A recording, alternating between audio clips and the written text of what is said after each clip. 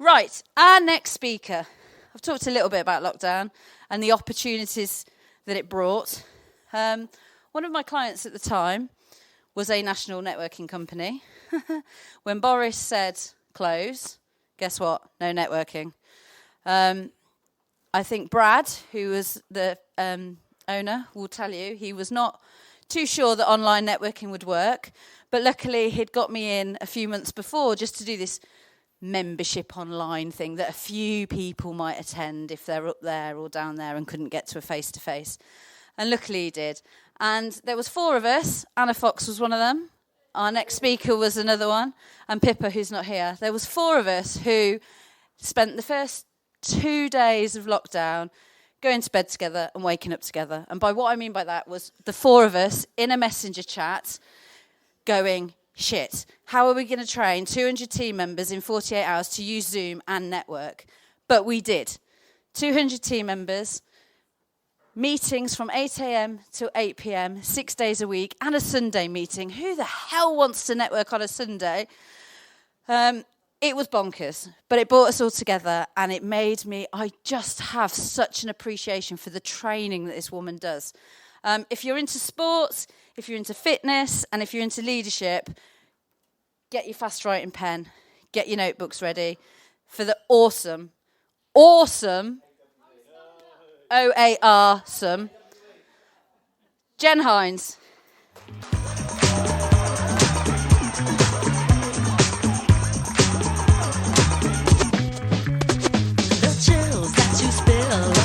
I might do my talk just dancing like Chrissy did. Where is Chrissy, actually? Is she here? She talked about that time of life where you get brain fog and you need notes. I have brain fog. My notes, I also need glasses, so my notes are on my phone like that, so I'll do my best anyway with the limited capacities I have. Hello, everybody. Good afternoon. Hasn't it been an amazing day? Such fantastic speakers, and cheers for putting me on last. Before we go any further, I'm going to ask you all to stand up. Oh, God, I hear you say. Friday afternoon, I want to go home. I want you to lift your left foot in the air like you just don't care. Try not to wibble. There we go. Well done. Now sit down. I'd like to say that was some demonstration of leadership, but actually I just think it's really important to start off a talk on the right foot. But I'm so sorry. I'm so sorry. Couldn't resist it. I thought I'd give it a try. I'm sorry. It's the end of the day. Forgive me. Okay, leadership. Who here considers themselves a leader? 1 or 2 of you. Right, okay. What is leadership? There's loads and loads and loads of definitions of leadership. But one which I particularly like, a guy called John C. Maxwell, I think it is, that basically says everyone's a leader because everybody influences somebody. And the word influence is absolutely key to leadership. And if we're in business, put your hands up if you're in business. Pretty sure everybody. Do you influence people? Do you need to influence people when you're in business? Of course we do. You don't necessarily have teams that you work with. Some of us do, some of us don't. But we have customers that we need to influence. We have suppliers we need to influence. We have family and friends we need to influence. So actually, we are all leaders. We have to be leaders in business. So put your hands up if you're a leader. That's more like it. Brilliant. Now my talk's relevant. Brilliant. Fantastic. Okay. In terms of my... that word that begins with a C, you forget words when you get to a certain age as well. Isn't it? It's awful. Of being a leader. I haven't, like Andrew said, he hasn't got certificates in leadership or whatever, well, in mindset. I haven't got certificates in leadership, but I head up a national networking organisation called One Networking, onenetworking.biz. Check it out, it's the best. Born out of that lockdown time, actually, which is still very special. I mean, it was more than 2 days, Stacey. Okay. It's still the most special of my life, that. But yeah, so I head up that organisation. I've run my own business since 2005, various different businesses. I am a captain of a rowing squad, the Masters rowing squad. We need to talk more about that later. But also, I'm very passionate about rowing. Those of you that know me know that I talk about rowing all the time. So basically, when Stacey asked me to talk, I thought, I'll just talk about rowing. I'll just put leadership up there, but I'll just talk about rowing. So Here follows a slideshow of me in rowing boats, basically, and I'll try and do some words about leadership around it. But I'm going to whiz through 10 slides, 10 rowing principles that will help you all be better leaders, and we all need to be brilliant leaders in business. So first of all, the oar principle. There you go, see a photo of me in a rowing boat. That's me at bow, which is the one towards the top of the screen. That's on the River Thames in a race. Came second, which isn't bad for a little northern club, but that's by the by. So an oar, in rowing boats, you need 2 oars, and you need to put equal pressure on both the oars. Even the boats where you're only holding one oar, there has to be somebody else holding the other oar. Otherwise, you just go round in circles and you wouldn't get very far. So you need to put equal pressure on both oars. And leadership, no matter which of the 1,752, I think, definitions of leadership you look at, they all pretty much include 2 things: people and results. So, and the oar principle applies that both of those need equal amounts of your attention. So the people, it could be your team, if you're a leader of people, that you've got employees perhaps. It's absolutely your customers. You absolutely need to focus on them. It can be your suppliers, it can be collaborators, it can be people that you network with, it can be your family and friends, all of these people that you need to influence to help you get the second part of the oar, or the second oar, the results that you need. So after each of these principles, by the way, if I remember, I'll be giving you a little task to do, either now or later. So the task for this one is write down all the people that you need to be focusing on as a leader in your business. So there will be customers, there will be suppliers, friends, family, etc. Make a list of those so that you can proactively think about how you can go about influencing those in your position and capacity as a leader in your business. And in terms of results, we're going to talk a little bit about goals shortly after, in the next slide, in fact. But the results that you need, it'll be all kinds of different things. The objectives that you have in your business will be all kinds of different things. But in order to get your people to follow you, which is effectively what you need to do as a leader, you need to have a vision, one single vision that those people can connect with. And that brings me on nicely to the second principle, which is, same photo, the ball principle. In the past, I've done a talk called Balls, Cocks and Crabs. And we're going to be talking about balls, cocks and crabs in this, but also 7 other things. But this is the ball principle. If you squint at the top, I can't see that slide, which is why I'm focusing over here, but there are people over here as well. But if you squint at the top of the boat, the front of the boat looks like the back because rowers row backwards. There is a tiny little ball. Most people row, I was having this conversation with Louise earlier, most people who row, they either row because they're really tall and really strong, that's not me, or they row because they're rubbish at ball sports or racket sports or anything like that. I'm the latter. I'm rubbish at any other sport. So I found rowing and I fell in love with it. But there is a ball, a really important ball in rowing, and that is the bow ball, which is at the, as I say, it's the front of the boat. Looks like the back because we row backwards.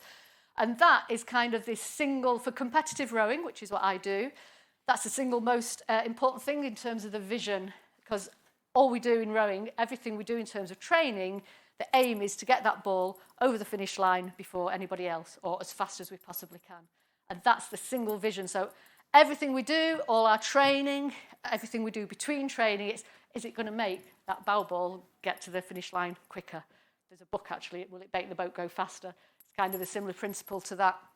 But that's the vision. So as a leader in rowing, it's very easy. Anybody that wants to get that bow ball to get over the finish line quicker will follow you and will do the same things as you. So in terms of in business, have a think about what that one thing is that you can have as your vision, that your customers, that your team, that your suppliers can join you on to follow because they really passionately believe that. It could be you want to make a difference, it could be financial, whatever it is, it's just really important to have that one single focus.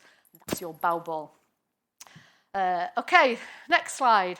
The single principle. That's me in a single. A single is the name of a boat where you sit in it all on your own. Oh, and I hate it. I love rowing, but one of the things I love about rowing is it's a team sport. You sit in a boat with other people, usually, and you're all helping each other get that boat to go faster. But the single, you're in it all on your own. And there's a couple of reasons why I don't like it. I find it really lonely. You're training, you're going up miles and miles up and down the river, and you're all on your own. So I do find it lonely. But secondly, it's all your fault in a single. If you're in a crew boat and it wobbles or you're not going as fast, it's their fault. You're doing everything right, but they're all doing it wrong. In a single, it's literally all down to you. So every wobble's down to you. If it's not going as fast as you want it to, it's down to you. So again, it's same in leadership. Being in business can be quite lonely, can't it? Even if you're not on your own, but it can be quite lonely, and being a leader can be quite lonely. But the thing is, the thing I say to myself about being in a single, I don't do it very often at all. This was actually on it's called a sculling camp, where everybody had to be in singles for the whole time. That look on my face looks like focus, determination, and drive. It's petrifying, because it's a single, by the way, is almost narrower than your hips, and it's really, really long. It's like being on a tightrope, so I'm scared to death in them.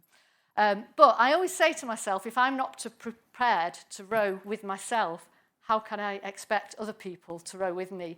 Because if I'm not enjoying it in a single, it's perhaps because it's wobbly, but that's because I'm doing something wrong. It's perhaps because it's not going as fast as I'd like, that's because I'm not putting in enough power. So if I'm not prepared to overcome that fear and row with myself, I can't expect to be in a crew boat. So again, a little thing with leadership is we have to be prepared to do things that sometimes scare us, that sometimes make us nervous, are definitely outside of our comfort zone. But if we're not prepared to do that, we can't expect our followers, whether our followers are clients, our team, to do that as well. So we have to sometimes jump in a single. That makes me a lot happier, though, seeing myself in a boat with other people. So the crew principle, though, I've used this photo on purpose. It's not just a really old photo with blotches on it. That's snow. So the wonderful thing about being in a rowing crew boat is that you're a real team. If you're in a competitive crew and you row together all the time and you race together, you show up for each other. You put 110% in for each other. You don't miss training unless your leg's hanging off. And even then, you'll probably tape it back on to row together. You will do everything in your power to get there for your team, even if it's snowing. That's why I chose that photo, because you will go out in all weathers with your little woolly hats on, but you do get hot really quickly. You'll do absolutely anything to be there for your crew. And it's not something that comes straight away. You get put into a crew initially, but you have to build up that know-like trust, just like you do in business. You have to learn to respect each other, and it's by showing up. You know, various talks this morning have talked about the importance of showing up in business, but it's by showing up, by doing your absolute best, by being driven to get that bow ball, or in business to get to achieve your goals together, that get you working really well together as a team. So the crew principle is have a think about who it is that's in your team that you need. And the team doesn't have to be people that work for you. It can be people that you network with. It can be people in this room. It can be the people that you wake up with at 5 a.m. and go to bed with at 4 a.m. the day after to make a networking organisation online. Whatever it is, think of who your crew is and what you need to do to earn that respect, to earn that seat in that boat, your metaphorical boat. So the crew principle of leadership. Next one up, now we're talking about cocks. So we've done the balls, now we're talking about the cocks. So the cocks in a rowing boat is the usually smaller person that sits in the seat, that steers the boat with two cables like this. They motivate the crew, they inspire the crew, they sometimes coach the crew from that seat. They shout instructions. If you've ever watched rowing on... I should have asked actually at the start, does anybody else row? You're about to. Any other rowers in the room? Brilliant. I can say what I want. You have no idea what I'm talking about. So you perhaps watched the boat race. Have you ever seen the boat race on the telly or the Olympics? So you hear them screaming obscenities sometimes at the crew. And the crew basically do what they're told in that race to get that bow ball first over the finish line. But a cox hasn't just got in that boat and just started shouting and yelling instructions at them. Again, they've spent time with that crew. They're not necessarily, it's a hard job actually being a cox, but they're not necessarily putting in the physical power in the boat, but they're working just as hard of them ahead of the race. They'll train with them. They earn their respect, the know-like trust, so that then when it comes to having to give instructions, the crew will listen and they will, and they'll take part. Now that's me coxing there with my arm stuck out like that in the blue. I'm a rower, not a cox, but I also am a coach, so occasionally I'll cox to coach people. And this, again, I've chosen this photo, the rower in the orange top. She's a 15-year-old girl who's been blind since birth. And one day, this still blows my mind, she woke up and decided, I want to try rowing. And that just blows my mind because I think, well, how do you know? You know, it's probably quite ignorant of me to think that, but I think, how do you know you want to try rowing?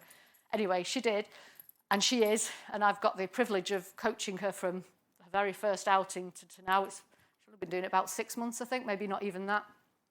But suddenly, all the knowledge I have of coxing a boat, and you'll say to people, right, you need to put your arms out like this, you need to stretch out, you need to make sure your shins are vertical, look at your blades. That doesn't work anymore because she can't see. She literally has, I know some people are visually impaired. She sees nothing. She doesn't see light or anything. So suddenly I have to adapt how I cox her. And so as you can see, I'm physically touching her here because she was rowing like this. And normally you'd say, don't row like this, but you can't do that. So I'm physically guiding her hands as she's rowing. And again, in leadership, just going back to the influence element of it, if our way of influencing people, so whether it's influencing our customers or potential customers to buy from us, if that's not working, you just have to rethink what it is, what actions you're taking, what messages you're getting out there to influence them. Because if what you're doing isn't working, as a leader, if you just keep doing it, it'll never work. You have to adapt how you're doing it, adapt your message, adapt what you do. So that's the Cox principle. So it's that kind of Cox. Okay, next up. Crabs. We're going to talk about crabs. I'm pleased to say that photo isn't me. It's the only photo I think on here where I'm not on it. Because thankfully I have caught crabs in the rowing sense, by the way, but nobody's taken a photo of it. So a crab in rowing is when the oar goes in the water. Normally it goes in that square, that's feathered. The oar goes in like that. You push it through the water, it propels your boat, and you flip it out like that, and then you feather it when it's not in the water. Sometimes when you get it in the water, you feather it too soon, or it gets caught underwater and you can't get it out. When you're going at speed, which presumably this poor girl was, it can be really painful. It can sometimes eject you right out of the sea, but it can certainly, if it gets caught, the boat's still moving, it gets in an angle and it can smash you in the face like that. People have broken arms with times like that. Thankfully, yes, I have caught crabs twice actually in a race. But I've never been injured, thankfully, touch wood. But the fact of the matter is, occasionally in business, things go wrong, don't they? Every now and again, things don't quite happen as we expect.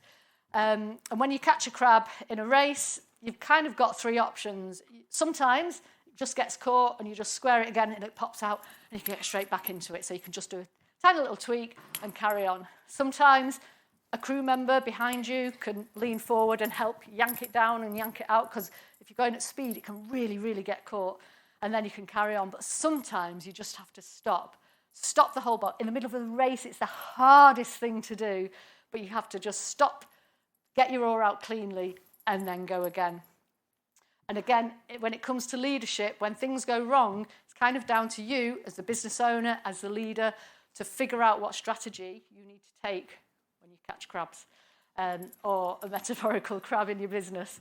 So whether you can just do a little tweak and carry on, whether you need to get some help from somebody, and that could be in your team, it could be in your network. That's why networking and coming to events like this is so, so important.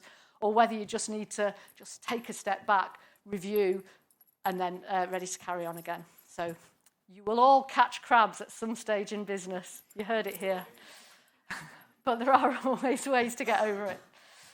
Okay, the next one is the coach principle. So I've already mentioned, as well as rowing, I also coach. That's me in a coaching launch. I'm the one sat at the back with the megaphone. Leaders inspire, they motivate, they help people, they give advice. That's what we do as leaders. We have to do that, whether it's to people about whether or not they want to buy our products, whether it's to our teams, etc., etc. But as leaders, we all need that input as well. We can't be doing all that motivation, all that giving advice, all that support, unless we're getting it ourselves. Stacey's mentioned how the coaches she's had, including Sharon and him that left, Ian. Him that left. It's so, so important. Put your hand up if you have a coach or have had a coach. Brilliant, brilliant, brilliant. And those, if you don't have a coach, hopefully you have, at the very least, a network. So in terms of activity, I've been forgetting to give you activities after each one, haven't I? But for this one, I want you to make a note of the people that you can rely on to give you support, to give you coaching, to give you guidance, to give you advice, to just be a sounding board. And it could be the people sat around your table today that you've met for the first time and that you feel you've got something in common because you're in business, you're networking, and you perhaps connect after. Well, hopefully you'll all connect afterwards, because that's what it's all about. It could be your family and friends. Often they're not necessarily, unless they're in business, they're not necessarily the best people. It doesn't have to be a coach. If you can have a coach, that is definitely the best one. But figure out who in your life can help be a leader of you, if that makes sense. So the coach principle. Next one, the ERG principle. ERG is short for ergometer. I don't know if any of you go into gyms, but an ERG is I think there's different kinds of ERGs. I don't really know about the other ones, but it's a rowing machine, basically. The indoor rowing machine. Who goes on them? You? Does anyone like going on them? People that row on water usually hate going on rowing machines because you're not. One of the wonderful things about rowing is you're in there outdoors, you usually have beautiful scenery, and you're making something move together. On an ERG, you're indoors, you're static, again, you're doing it all on your own, and it's kind of like punishment for somebody that rows outdoor, but it's such a necessary evil. Again, if we want that to achieve our vision, the vision being getting that bow ball over the finish line first, we have to put in effort outside of the boat as well. It's not just what we do in the boat. So we have to jump on the ERGs. Got one at home. I got one just before lockdown, actually. They were selling for about $3,000 during lockdown. I got one for £350 just before lockdown. Yay. But the same in business. And somebody mentioned this in one of the talks, that we have to be prepared to do things that others don't do in order to get where we want to be, or to get where we want to be, to stand out from competitors and other businesses. And that's the ERG principle. So have a think about, and by the way, it's so easy. I would never, ever find an excuse not to row on the water. That takes priority over everything. But it's a lot easier to find an excuse why I can't do an ERG. But I want you all to think about your business ERG now. Think about the thing that you've not been doing, and by the way, you've had loads of ideas throughout today. The thing you've not been doing, maybe you've not been posting consistently on social media, maybe you've not been putting the processes in place. The ERG of your business, what is it that you're not doing but that next week you're going to commit to do? I'll say next week because it's weekend, and we all deserve to take the weekend off. But have a think about, because we have to, in rowing, we have to do the ERGs. If we don't do the ERGs, we will never win races. In business, we have to do the things that we find very easy to put off. So as leaders of your business, start ERGing. I am on that picture, by the way. I was at the end. Okay, the squad principle. So I mentioned before, I'm captain of the Masters squad at my rowing club. The Masters squad basically means, it sounds really grand, doesn't it? It basically means old rowers. You have senior rowers, which is from 18 plus, and then Masters rowers at the really old age of 27 plus. I know, right? The reality is most Masters rowers are probably 40 plus, because people typically still row at senior level before that. I'm significantly older than that. But it's lovely because they make you row with people of a similar age. So, because the reality is we lose our strength when we get older, we lose our fitness when we get older. So it wouldn't be fair to put a 54-year-old next to an 18-year-old. We'd never get that bow ball, although we did once. Anyway, that's another story. I'm captain of the Masters squad, so there's about 35 of us in my rowing club, and we do really well, actually. But we're a really, really great group of people. We have a laugh together. We all share that same vision, that we want to be winning races, we want to be winning medals, and we all train, we all put in the work together. And being part of, whether you're rowing in a single, which I've talked about, I don't like, or rowing in a boat with 4 people, or 2 people, or 8 people, to be part of an even bigger squad is really important, because you really do help each other. Because sometimes things go wrong in your crew, you're perhaps not achieving what you need to do, so being part of a bigger squad. And that's a really, really important leadership principle there. And we're all doing that now because we attend things like this. Stacey's put on this fantastic event. There's, I don't know how many, I've not counted you, however many people here. And that's like, we're a squad today. We're all together. We've all got the same vision. We all want to learn. We all want to network, connect with people, motivate ourselves. Stacey said, if you're not feeling it, you should attend this. If you are feeling it, you should attend things like this.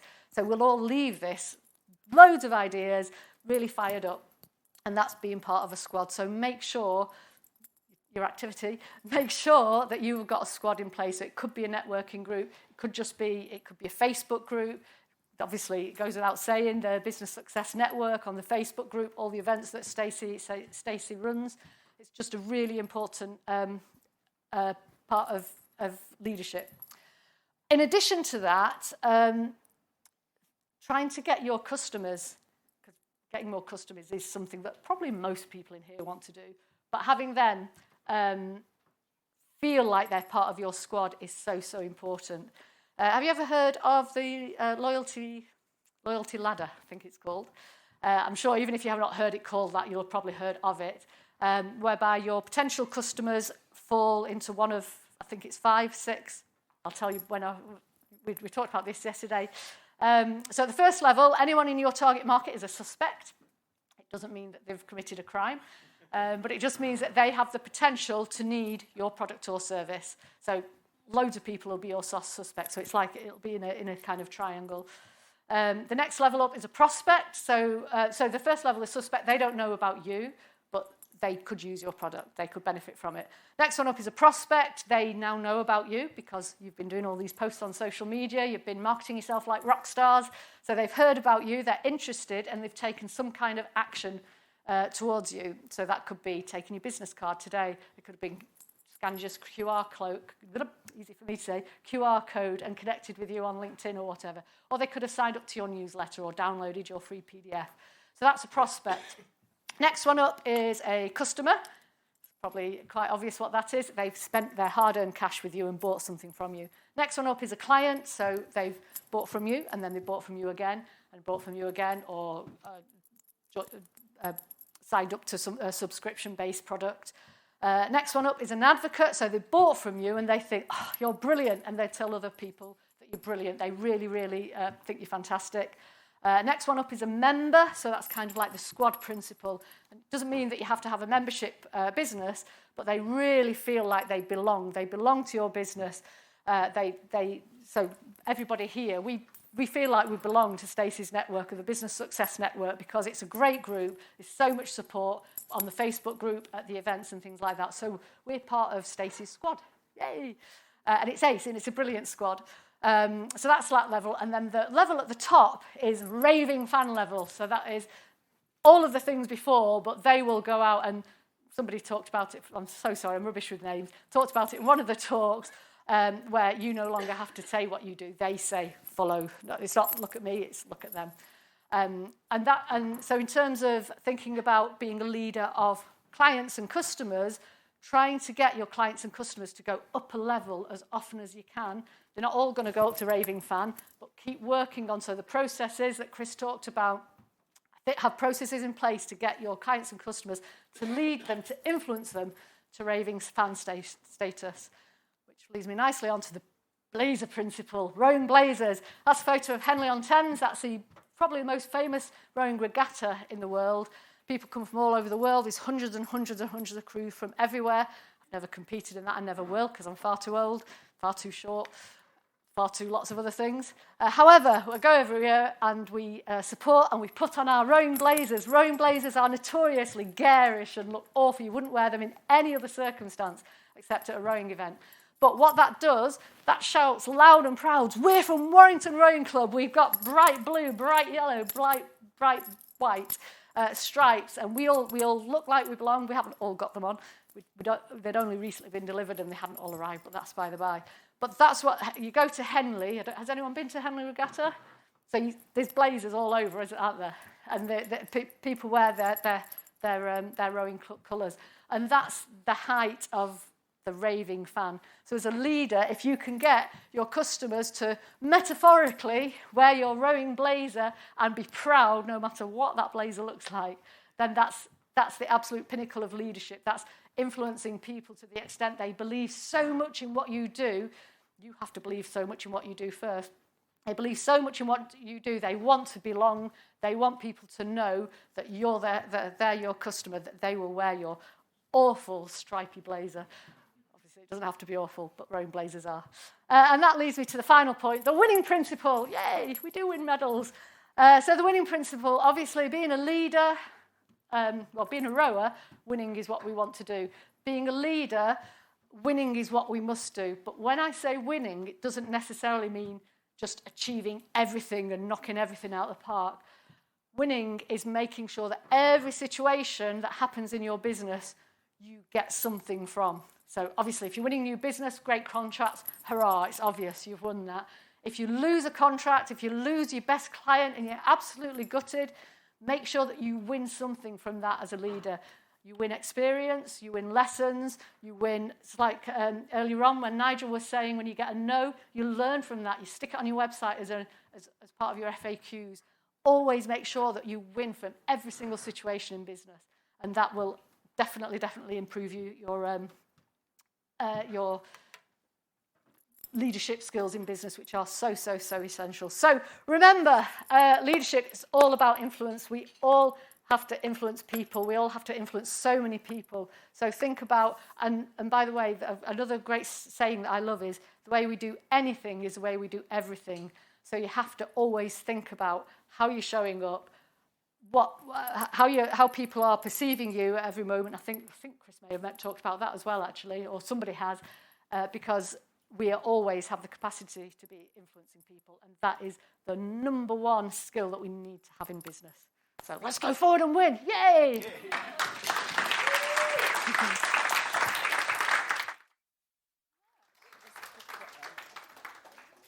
Right, wasn't that amazing? So all you sporty people in the room, I'm going to be really honest. Anna just said to me she wants to take up rowing. There is a slight problem with that, but Jen, if you can coach blind people, I'm sure you can coach people that don't swim and don't like water.